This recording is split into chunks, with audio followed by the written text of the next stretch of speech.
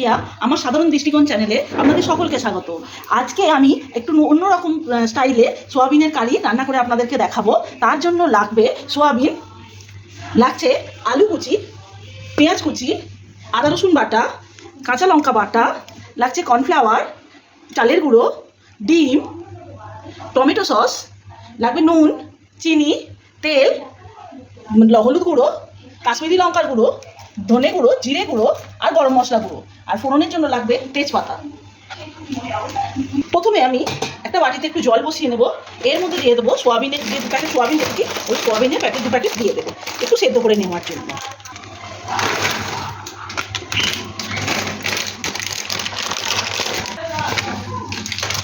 সেদ্ধ এগুলো একটু ভালোভাবে সেদ্ধ হয়ে গেলে তারপর আমি এগুলো এবার হয়ে গেছে।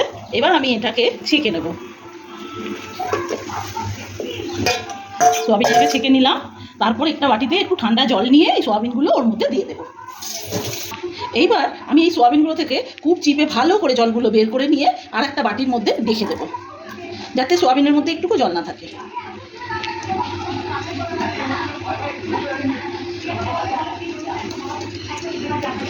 এই যে ঠান্ডা জল থেকে সমস্ত সোয়াবিন চিপে জল ঝরিয়ে নিয়েছি। এরপর আমি এতে দিয়ে দেবো একটু কর্নফ্লাওয়ার, একটু চালের গুঁড়ো, দেবো একটা ডিম,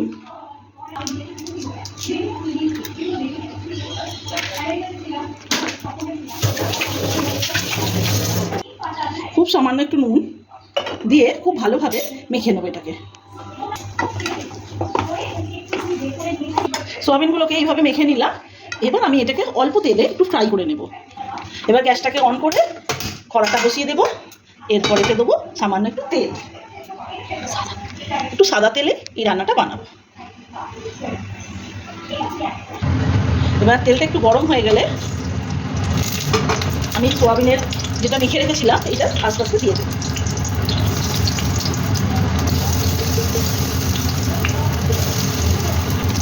দিয়ে এটাকে আমি লাল লাল করে ভেজে তারপর তুলে দেবো। সোয়াবিনগুলোকে এই যে লাল লাল হচ্ছে, তারপর লাল লাল হয়ে দেবো, তারপর ভেজে দেবো। এই যে হালকা সোনালি করে ভাজলাম, ভেজে এবার তুলে দিচ্ছি।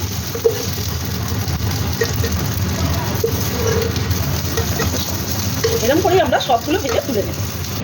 এইভাবে সোয়াবিনগুলোকে আমি সব ভেজে নিলাম। এরপর কড়াতে আবার একটুখানি সাদা তেল দেবো। আলুগুলো ভেজে নেবো। এবার আমি আলুগুলোকে ভেজে নিচ্ছি।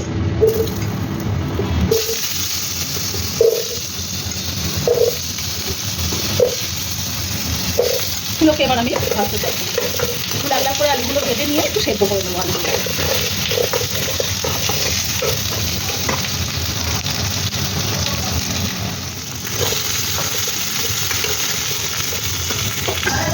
আলুগুলো লাল লাল করে ভাজা হয়ে গেছে। এবার আমি এগুলোকে সিদ্ধ করে দেবো। এবার কড়াতে আরেকটুখানি তেল দেবো। তেল দিয়ে এতে আমি দেবো গোটা তেজপাতা।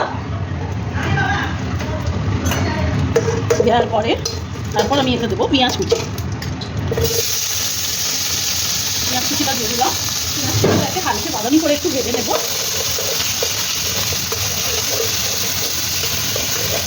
অল্প একটু রং ধরলে তারপর আমি তাতে দেবো আদা রসুন বাটা। পেঁয়াজটা বাদামি করে ভাজা হয়ে গেছে। এবার আমি এতে দিয়ে দেবো আদা রসুন বাটা। আদা রসুন বাটাটা দিয়ে দিলাম। তারপর দেবো কাঁচা লঙ্কা বাটা। কাঁচা লঙ্কা বাটাটা দিয়ে আবার একটু ভালো করে কষিয়ে নেব।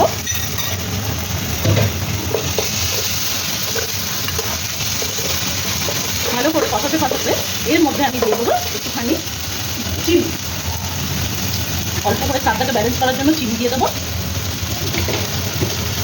এর মধ্যে দেবো একটুখানি হলুদ গুঁড়ো,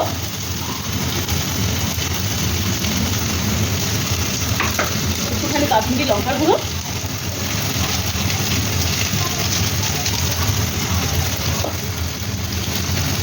একটুখানি ধনে গুঁড়ো দিয়ে ভালোভাবে মশলাটাকে কষিয়ে নেব।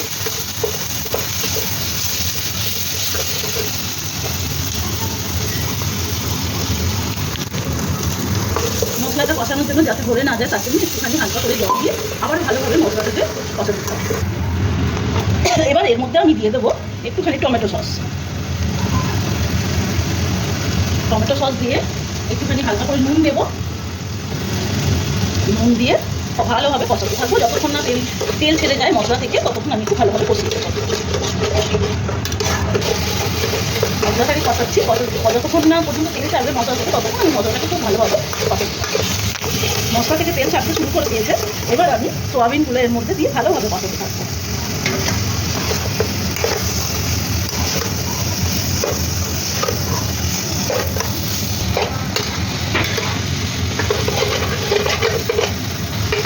সেদ্ধ করা হয়ে গেছে, সেইগুলো আলু দিয়ে দিলাম আমি। এইবারে আলুর যে জলটা আছে ওইটাই আমি এবার আলুটাকে এর সাথে ভালোভাবে কষিয়ে নেব। তারপরে আলুতে আমি যে জলটা দিয়ে সেদ্ধ করেছিলাম ওই জলটাই দিয়ে দেবো অল্প অল্প করে।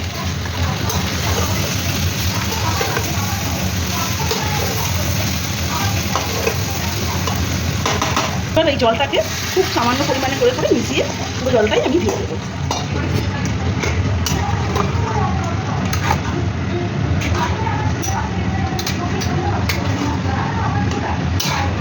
এবার আমি এই জলটাকে পুরো দিয়ে দেবো, পুরো দিয়ে একটু ফুটতে দেবো, যাতে একটু চাপা দিয়ে দিই, চাপা দিয়ে একটু ফুটিয়ে ভালো করে তারপরে গরম মশলা দিয়ে নামিয়ে দেবো। এবার এই সোয়াবিনের তরকারিটা ফুটে গেছে, আমি এর মধ্যে দিয়ে দেবো একটুখানি গরম মশলা দিয়ে। গরম মশলাগুলো দিয়ে এবার নামিয়ে নেব।